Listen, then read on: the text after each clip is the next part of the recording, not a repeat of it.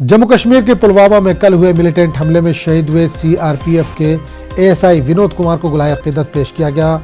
हमहमा बडगाम में कायम आरटीसी में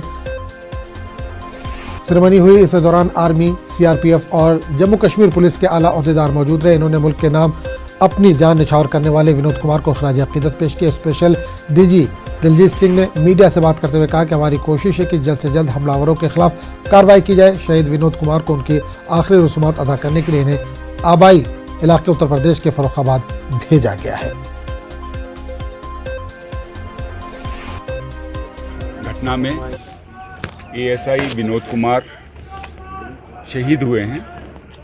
हमारा पूरा प्रयास रहेगा कि जल्द से जल्द इस केस को वर्कआउट हो और जो मुलजिमान हैं इसमें, जिनके द्वारा ये घटना की गई है, उनके खिलाफ सख्त कार्रवाई जल्द से जल्द। धन्यवाद।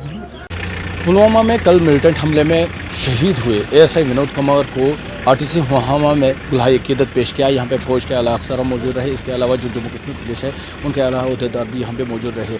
ऐसे विनोद कुमार जो फारुखाबाद यूपी के रहने वाले हैं, अपनी ड्यूटी अंजाम दे रहे थे पुलवामा में, जहाँ पर कल गोगो क्रॉसिंग पर मिलिटेंटों ने फायरिंग की और उस हमले में एएसआई विनोद कुमार शहीद हुए। ऐसे विनोद कुमार को उनकी आखिरी रसूमात अदा करने के लिए उनको अपने आबाई इलाके भेज दिया गया है। न्यूज़ 18 नेटवर्क के लिए हमहमा बडगाम से मैं आबिद हुसैन। उस वक्त श्रीलंका से बड़ी खबर आ रही है।